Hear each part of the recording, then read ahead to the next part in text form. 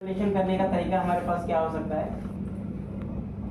JavaScript jQuery आप लोगों ने पढ़ी है, तो अपने को क्या करना होगा, jQuery यूज करनी पड़ेगी। उससे पहले हम लोग इसमें एक बार मैं तुम्हें दिखाता हूँ। appsetting.json compatibility db है ecom use ecom और इसके अंदर टेबल होगी स्ट्रिप फ्रॉम ये टेबल थी। अब इसमें जो कैटेगरी की तुम्हारी मैपिंग होगी, देखो इसमें क्या आ रहा है, कैटेगरी आई। वहाँ सेट तुम कर रहे पूरा मॉडल, लेकिन आएगा इसमें क्या, कैटेगरी आएगी। वो सिस्टम की मैपिंग है, इसलिए तुम्हें उसके फॉर्मेट में डेटा तुम्हें पास करना होगा। ऑटोमेटिक आईडी होता है। ठीक, बाकी बात तो तुम्हारे ठीक आ ही रहे, कोई इशू नहीं। ठीक है, तो ये तो इसका बेसिक फंडामेंटल है। चलो अभी वैलिडेशन में कंडीशन लगा के लगा देता हूँ। जेएस का वैलिडेशन बाद में बताऊंगा मैं, थोड़ा सा जब जेएस पे आई मीन jQuery वगैरह पे फोकस हो जाएगा। तो अभी वैलिडेशन यहाँ लगाने के लिए आपके पास वही तरीका है जैसा मैंने बताया कि आप कंडीशन लगा लो, या फिर सबसे बेस्ट है अगर आप कंडीशन ज़्यादा नहीं लगाना चाहते हो। कि कंडीशन लगाना क्या है, कंडीशन लगाना कोई सोल्यूशन नहीं है। कंडीशन लगाना क्या है, कस्टम कंडीशन आपकी होगी, कस्टम लॉजिक होगी। बेस्ट पार्ट हमेशा ये होता है कि आप मॉडल का इस्तेमाल करें। अगर वैलिडेशन लगाना है सर्वर साइड, तो बेस्ट पार्ट हमेशा मॉडल वैलिडेशन ही होता है, क्योंकि एमवीसी में वैलिडेशन वैसे दिया ही गया है कि आप मॉडल से ही वैलिडेशन लगाइए, बनाया वैसे गया है। बाकी आपकी रिक्वायरमेंट या मर्जी है, आप वैसे भी कर लो, मेन वैलिडेशन आपको वैसे ही बनाया गया है। ठीक है, जैसा मैंने आपको बताया था, आप उसी तरह से वैलिडेशन लगाएंगे। वैलिडेशन आप लोग लगा लोगे जिस तरह से मॉडल का बताया मैंने, हो जाएगा। ऑलरेडी बता चुका हूँ, तो ट्राई कर लेना खुद से कैसे आपको वैलिडेशन मॉडल के लगाने हैं। कुछ करना था नहीं, अगर मॉडल बनाना है और उस मॉडल पे वैलिडेशन लगा देना है। जैसे आपने यहाँ पर कैटेगरी पे लगाए थे, यहाँ पर अपने कैटेगरी के भी मॉडल पे यहाँ लगा रखे थे, सेम ऐसे लगेंगे, उस पर मॉडल बनेगा, मॉडल वैलिडेशन लग जाएंगे। ठीक है, इसे खुद करना, तो कोई इशू आए तो बताना। और दूसरी चीज है एडिट और डिलीट के जो ऑपरेशंस है वो आपको परफॉर्म करने हैं। तो एडिट में और डिलीट में सबसे पहले तो क्या होता है, कुछ नहीं होता, केवल एक एक्शन होगा और उस एक्शन पे हमारी आईडी आएगी। उस आईडी का अगेंस्ट का जो प्रोडक्ट होगा उसे क्या करेंगे आप, यहाँ पर एक्शन आपने क्या बनाया था, डिलीट प्रोडक्ट। ठीक है, तो इसको कंप्लीट कर देते हैं। सबसे पहले मैं चलूंगा यहाँ पे पब्लिक आई एक्शन रिजल्ट, और यहाँ पर रिसीव क्या करना है, ठीक है, यही करना है, सिंपल। सबसे पहले आप चेक कर लो where prod equal to db context dot products dot single और default। क्या करोगे, सिंगल प्रोडक्ट आप उठाएंगे किसके अगेंस्ट, जो आईडी आई उस आईडी के अगेंस्ट में। ठीक है, सो अगर मैंने कहा कि अगर प्रोडक्ट इक्वल टू नल, अगर नल आ रहा है, ठीक है, तो आप क्या कर सकते हैं, एरर भेज सकते हैं। ठीक है, कि भाई product not found something like that, कोई भी एरर पेज पे आप भेज दो उसको, कोई इश्यू नहीं है। ठीक है, वैसे आप चेक करोगे अगर इधर, तो यहाँ पर एक ऑलरेडी हमारे शेयर्ड के अंदर एरर पेज बना होता है। ठीक है, हम सीधा सीधा क्या करते हैं, एरर पेज भेज देते हैं। यहाँ एक एरर पेज है और बेस्ट पार्ट यही होता है, यहाँ भेज दो और यहाँ कस्टम मैसेज डाल दो, ताकि यूजर को ऑटोमेटिक एरर पेज ओपन हो जाए और उसको वही मिलेगा। बेस्ट पार्ट हमेशा एरर की होता है, आप वहाँ भेज दो। और अगर ऐसा नहीं है, इफ पार्ट में यह है, एल्स पार्ट में ऐसा नहीं है, तो हम क्या करेंगे, यहाँ पर अपना प्रोडक्ट को रिमूव करेंगे। तो db context dot products dot remove। ठीक है, रिमूव कर दिया हमने प्रोडक्ट, और then db context dot save changes, और उसके बाद रिटर्न कर दिया रिडायरेक्ट टू अपना एक्शन। एक्शन क्या रहेगा अपना, यही सेम मैनेज प्रोडक्ट, इसी पे चला जाएगा वापस। यहाँ लिस्ट आपकी दिख रही है, सेम उसी पे चला जाएगा, बस हो गया। एक बात करके देखते हैं,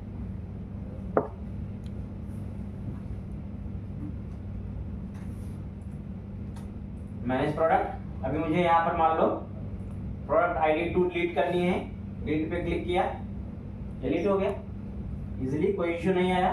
ठीक है, हाँ कंफर्मेशन, आप डिलीट वगैरह से पहले हमेशा कंफर्मेशन लीजिए। तो कंफर्मेशन लेने के लिए हम लोग क्या करते हैं, यहाँ पर सिंपल एक अपना जेएस लिख देते हैं। यहाँ पर एक छोटी सी जेएस लिख दीजिए।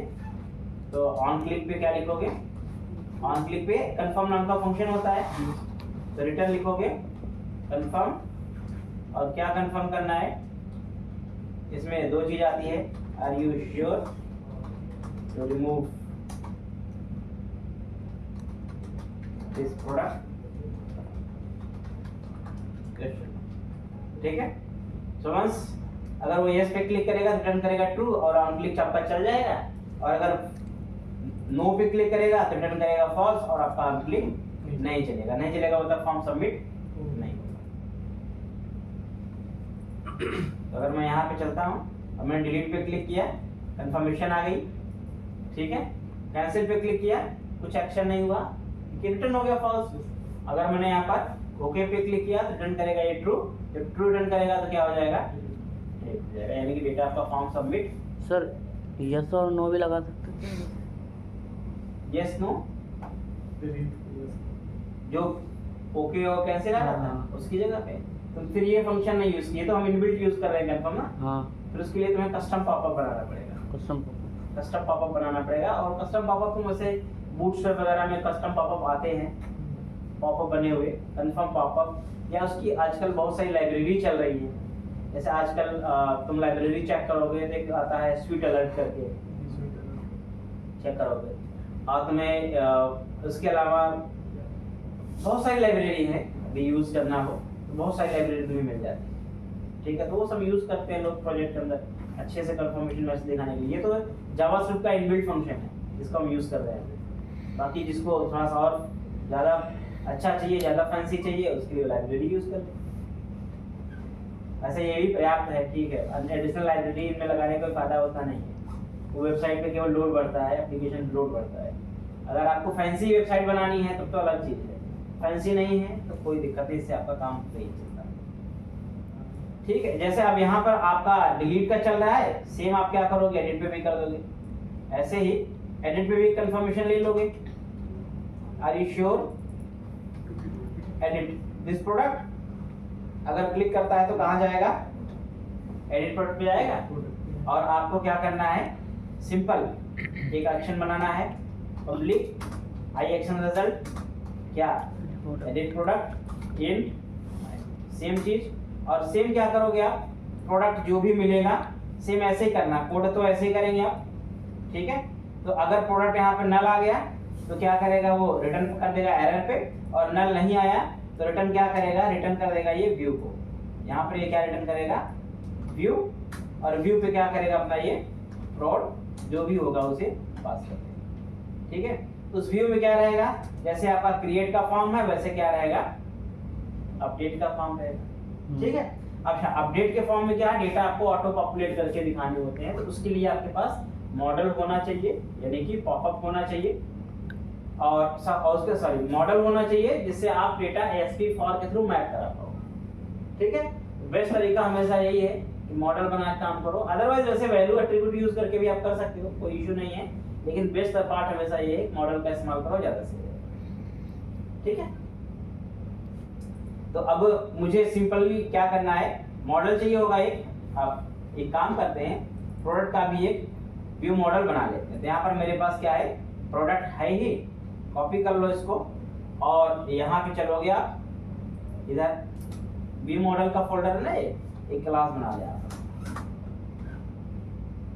पब्लिक क्लास प्रोडक्ट VM, इसका नाम दे देते हैं, ठीक है। और यहाँ पर कुछ ज्यादा चेंजेस तो है नहीं, केवल यहाँ पर कैटेगरी में हम क्या करेंगे, एज अ इंटीजर कर देंगे इसको, मॉडल नहीं रहेगा, ठीक है, क्योंकि ये मैपिंग उसकी हो गई। प्लस कट डिस्क्रिप्शन ये सब तो ऐसे सेम रहेगा, कोई इश्यू नहीं है।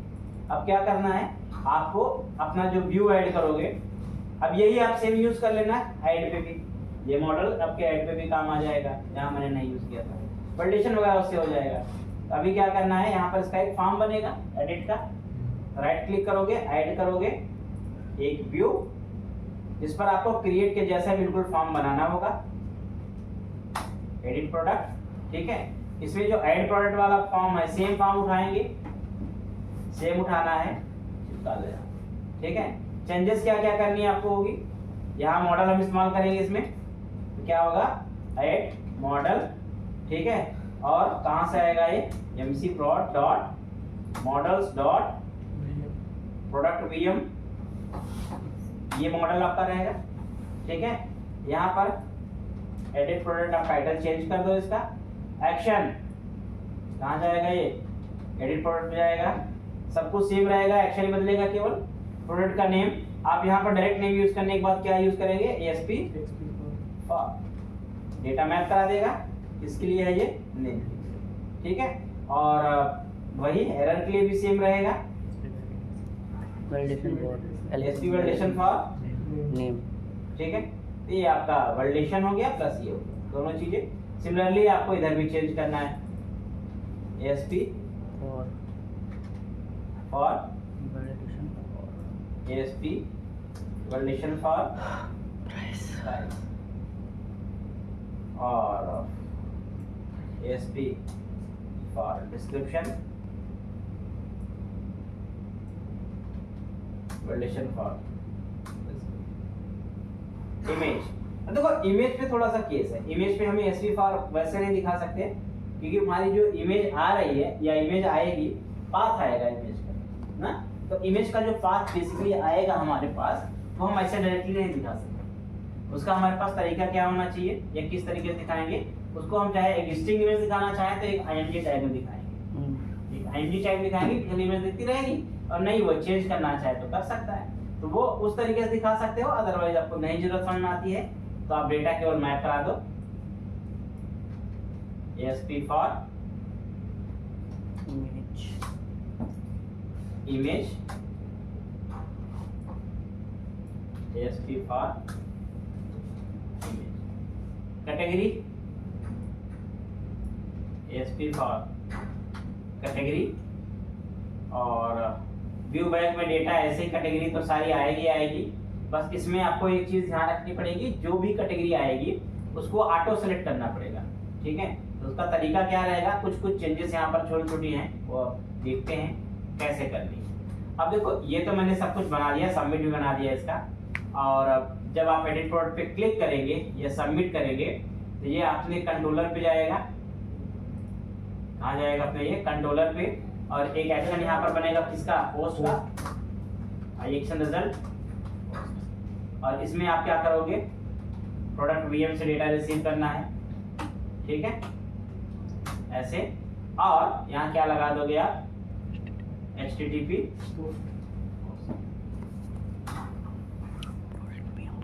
ठीक है, HTTP पोस्ट लग गया। अब डेटा यहाँ रिसीव होगा, बाकी रिटर्न व्यू करोगे क्या करोगे वो आप देख लेना, बाद में हम करेंगे। अभी फिलहाल के मेरा क्या हो गया, डेटा यहाँ तक पोस्ट होने लगेगा, लेकिन कुछ चेंजेस अभी है यहाँ पर, वो देखते हैं क्या चेंजेस करनी पड़ेगी। सबसे पहली चीज, अगर मैं इसको रन कराऊंगा अभी मेरे कोड में एरर आएगी। ठीक है, क्यों एरर आएगी वो समझते हैं पहले। मैंने प्रोडक्ट पे क्लिक किया, ठीक है, एडिट पे क्लिक किया, मान लो इस पे, जैसे इस पे क्लिक किया, इसने पूछा ओके किया मैंने, एरर आ गई। अब इस एरर को समझना आपको पड़ेगा, ये एरर बहुत कॉमन एरर है जो आप लोग को कोड में ज्यादातर आती है। वो बेसिकली क्या कहता है, देखो, invalid operation exception, the model item passed into view data dictionary is type of MVC prod model dot products, but this view data dictionary instance require a model type of MVC prod dot models dot product। ये क्या कह रहा है कि आपने जो पास किया है व्यू में ना, वो पास तो किया है मॉडल क्या, प्रोडक्ट्स, लेकिन आप जो व्यू के अंदर यूज कर रहे हो वो क्या यूज कर रहे हो, प्रोडक्ट वीएम यूज कर रहे हो। हाँ, हम तो व्यू मॉडल यूज कर रहे हैं, और हमने यहाँ से क्या किया, सीधा सीधा प्रोडक्ट उठाया, जो प्रोडक्ट मिला प्रोडक्ट टाइप का उसको हमने सीधा रिटर्न करा दिया। तो इसका सोल्यूशन क्या है, इसका सिंपल सोल्यूशन ये है कि हम यहाँ पर जो रिटर्न कराएंगे वो प्रोडक्ट वीएम रिटर्न कराएंगे instead of doing this kind of. ठीक है, इसकी जगह में क्या रिटर्न कराना है, प्रोडक्ट वीएम रिटर्न कराना। ठीक है, तो उसका सिंपल तरीका ये है कि आप उसकी मैपिंग कर लो, यानी उस डेटा को अपनी प्रोडक्ट वीएम में सेट करना है आपको। तो आप product VM product equal to new product VM, और आपके मॉडल में ये सारा डेटा यहाँ पर सेट हो जाएगा। तो आईडी इक्वल टू अपना जो भी प्रोड में होगा dot ID similarly name equal to dot name, description equal to dot description, ठीक है, और category is equal to dot category dot ID, इसकी आईडी आपको चाहिए होगी यहाँ पर, और price is equal to dot, ठीक है, और अब कुछ तो नहीं है, image equal to dot image का पाथ वैसे चाहिए तो वो भी आपको यहाँ पर, ठीक है। फाइनली आपको डेटा यहाँ पर सेट कर दिया और आपको क्या करना है, इसकी जगह पर ये पास करना है, ठीक। अब वो वाली एरर तो आपकी गई, वो वाली एरर नहीं आई। अब वापस पे चलते हैं, एडिट पे क्लिक करते हैं, ओके करते हैं। अब देखो कुछ एक्सेप्शन आ रहा है। एक्सेप्शन बेसिकली यहाँ पर जो आएगा वो किसका आता है, मेनली आता है इस कैटेगरी का, इसका, क्योंकि यहाँ पर कैटेगरी आईडी हम इंटीजर ले रहे हैं और यहाँ से जो आया होगा कैटेगरी वो मॉडल आया होगा। यहाँ से जो रिकॉर्ड आया, अगर मैं आपको यहाँ पर रिकॉर्ड दिखाऊं, एक बार इस पर ब्रेक पॉइंट लगाते हैं, एक काम करते हैं ना, इस पे एक बार यहाँ ब्रेक पॉइंट लगाते हैं और इसको चला के देखते हैं वापस। एडिट प्रोड पे क्लिक करो, ओके पे क्लिक करो, यहाँ पे आया। अब सबसे पहले प्रोड यहाँ पे गेट हुआ है। प्रोड में अगर आप देखेंगे तो सारा डेटा ठीक है, बट कैटेगरी आपकी क्या आ रही है, यहाँ पर नल आ रही है। इसकी जो कैटेगरी है वो नल आ रही है। आईडी आपके पास 4 है, ठीक है, जबकि अगर मैं यहाँ पर कैटेगरी चेक करूँ तो 4 आई मीन कैटेगरी आईडी यहाँ पर 4 आ रही है, कैटेगरी आईडी यहाँ पर 4 आ रही है। अब अगर मैं यहाँ पर आपके पास इसको ऐसे करूँ, कैटेगरी में चलो, कैटेगरी में अगर आप चलेंगे तो आप देखेंगे 4 कैटेगरी आपकी एग्जिस्ट कर रही है एंटरटेनमेंट में, बट कैटेगरी आईडी यहाँ पर क्या आ रही है, नल आ रही है, ठीक है। तो ये बेसिक एक इशू है जिसको आपको हैंडल करना पड़ेगा, क्योंकि कैटेगरी अगर नहीं आएगी तो डेटा आपको फिर मुश्किल होगा डेटा को डिस्प्ले कराना। तो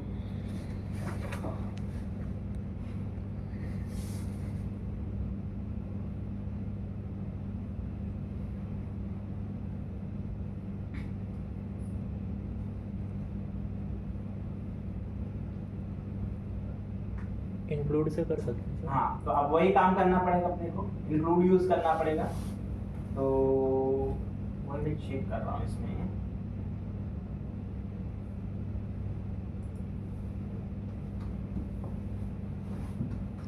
इंक्लूड तो पहले आएगा, यहाँ पर प्रोडक्ट्स डॉट इंक्लूड और फिर वही यूज करोगे आप, navigation property E dot category, ठीक है। जो भी मैपिंग आपकी होती है, जैसे आपने यहाँ पे किया था इंक्लूड ऐड प्रोडक्ट में या मैनेज प्रोडक्ट में टू लिस्ट, बाकी वेयर तो आपके जैसे चल रहे हैं वो वैसे चलेंगे। तो we have included same thing. अब आते हैं वापस से, यहाँ पर इस बार डेटा आया, बट कैटेगरी का भी डेटा आ रहा है और आईडी भी उसकी प्रॉपर। F10 करते हैं, यहाँ पर अब देखोगे तो आपकी कैटेगरी आईडी सेट हो रही होगी। इट मीन्स मॉडल के अंदर जानी चाहिए। इंपॉर्टेंट ये है कि अगर मैं मॉडल पे अपना डिबगर ले जाऊँ, चेक करूँ, तो यहाँ पर कैटेगरी आईडी मेरी जा रही है। तो अगर मैं रिफ्रेश करता हूँ यहाँ पे, अच्छा व्यू बैग में कैटेगरी हमने बाइंड डाली नहीं है, तो आपको यहाँ पर व्यू बैग में कैटेगरी भी डालनी पड़ेगी, क्योंकि जैसे आपने यहाँ पे किया हुआ है क्रिएट प्रोडक्ट करते समय, ये किया था ना ड्रॉप डाउन भरने के लिए, वही चीज आपको यहाँ भी करनी है, जहाँ पर आप अपना डेटा शो कराते हैं। तो डीबी कॉन्टेक्स्ट आई मीन ये आपको कैटेगरी व्यू बैग लेके जाना पड़ेगा ड्रॉप डाउन भरने के लिए। वैसे इसका बेहतर तरीका ये होगा कि आप इसको एक जेनरिक बनाओ और जेसन से करो, वो मैं आपको बाद में बताऊंगा ड्रॉप डाउन भरने का सही तरीका क्या है, बट वैसे ही कर सकते हैं, बेस्ट रहेगा। बाकी डेटा तो देखो यहाँ सब कुछ बाइंड हो गया, नेम बाइंड हो गया, प्राइस बाइंड हो गया और डिस्क्रिप्शन बाइंड हो गया, कैटेगरी भी आपकी सही तरीके से यहाँ पर बाइंड हो गई, सब कुछ डेटा आपका सही बाइंड हो रहा है। बट एक चीज आपकी अभी और भी है, वो है आपकी प्रोडक्ट की आईडी, जो आपने अभी बाइंड नहीं की है। अब आईडी का कंडीशन क्या है, अगर आईडी आपकी बेसिकली नहीं होगी तो आपका प्रोडक्ट कभी भी अपडेट नहीं हो पाएगा, क्योंकि आईडी के भी यहाँ पर डेटा आता है। ठीक, तो उसके लिए हमें क्या करना चाहिए, हमेशा एक हिडन फील्ड का इस्तेमाल करना चाहिए। कभी भी आप काम करिए तो एक हिडन फील्ड बना लीजिए, ऊपर ऊपर हिडन फील्ड हमेशा बनाते हैं। इनपुट टाइप इसके लिए बनाओगे आप हिडन, ठीक है, और एसटी फॉर लगा देंगे आप किसके लिए,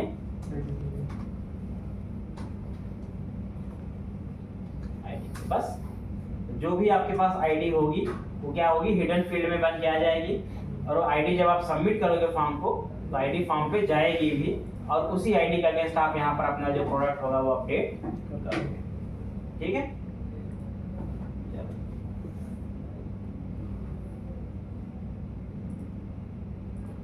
तो सिंपली एडिट, इसको हटा दो डिबगर को, क्योंकि डेटा सही आने लगा। फॉर्म में सारा डेटा दे गया है। चलो कुछ चेंज करते हैं, मोबाइल फोन कर देते हैं इसको हम लोग, और प्राइस को इसकी चेंज करते हैं, डिस्क्रिप्शन चेंज करते हैं, इमेज हमने कुछ नहीं डाली अभी है, कैटेगरी भी चेंज कर देते हैं इसकी हम, और सबमिट करते हैं। जैसे सबमिट किया मैंने, अच्छा यहाँ पर वापस उसी पे आ गया, क्योंकि अभी मैंने कोई कोड यहाँ पर लिखा ही नहीं है, यहाँ पर कोई कोड लिखा नहीं। वैसे हम डिबगर का भी इस्तेमाल भी कर सकते हैं। मैं बैक कर रहा हूँ, वापस सबमिट कर रहा हूँ, ब्रेक पॉइंट लगाया, आप देखो सारा डेटा मेरे पास आ रहा है, नया डेटा के साथ आ रहा है। इमेज मेरी नल आ रही है, इमेज को अलग तरीके से हैंडल करेंगे, सारा डेटा आ रहा है। आप इसको सिंपली क्या कर सकते हो, अपडेट मार सकते हो, अपने जहाँ अपडेट मारना वहाँ अपडेट मार लो, कोई इश्यू नहीं। ठीक है, और इमेज को हम लोग कंडीशनली चेक करेंगे कि हो सकता है यूजर इमेज चेंज करना चाहता हो, और हो सकता है इमेज चेंज नहीं करना चाहता। अगर नहीं चेंज करना चाहता तो क्यों, क्या आपको क्या करना है, ठीक है, तो अपडेट नहीं करेंगे उसको। चेंज करना चाहता तभी अपडेट करना है। तो उसके लिए हम पहले क्या करेंगे, या हम कैसे लिखते हैं अपडेट का फाइनल कोड, वेयर प्रोडक्ट, एक आप वेरिएबल ले लो। सबसे पहले क्या करो, जो एग्जिस्टिंग प्रोडक्ट का डेटा है उसको आप निकाल लो, जो एग्जिस्टिंग प्रोडक्ट का डेटा होगा वो निकालोगे। कैसे निकालना है, db context dot products dot single और डिफॉल्ट। ठीक है, सिंगल और डिफॉल्ट। अब सिंगल और डिफॉल्ट आपने क्या किया, यहाँ पे दे दिया और कंडीशन लगा दिया यहाँ पर, किसके अगेंस्ट प्रोडक्ट चाहिए, आईडी के अगेंस्ट। तो जहाँ पर प्रोडक्ट वीएम की जो आईडी है, और जो मतलब जो फॉर्म से आईडी आ रही है वो आईडी और ये आईडी मैच करती है, उसी का डेटा आपको चाहिए। ठीक है, तो आप यहाँ पर कंडीशन लगाएंगे, इफ प्रोड नॉट इक्वल टू, अगर नल नहीं आ रहा है, ठीक है, इसका मतलब क्या है, एग्जिस्टिंग प्रोडक्ट मेरा इस आईडी के अगेंस्ट में आ रहा है, तब आपको क्या करना है, अब आपको यहाँ पर डेटा सेट करना है। तो क्या करना है, यहाँ पे prod dot name equal to क्या है, प्रोडक्ट वीएम डॉट नेम, ये सब क्या करेंगे आप, सेट कर। सिमिलरली जितनी प्रॉपर्टीज आपके पास थी सबको सेट करनी है।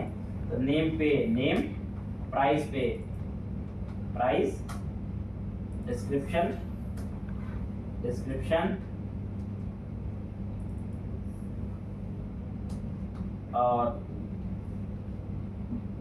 कैटेगरी है, इमेज है, यही बचा हुआ है। कैटेगरी पे हम क्या करेंगे, कैटेगरी पे यहाँ पर हमारे पास कैटेगरी आईडी तो आएगी, ठीक है, तो आपको वही फिर से वापस मॉडल मैप करना पड़ेगा उस कैटेगरी के अगेंस्ट। तो हम सिंपल यहाँ पे ये लिख सकते हैं, db context dot categories dot, वही सिंगल और डिफॉल्ट चाहे अलग से कर लो या फिर सेम लाइन में भी यहाँ कर ही सकते हो, ई ऑफ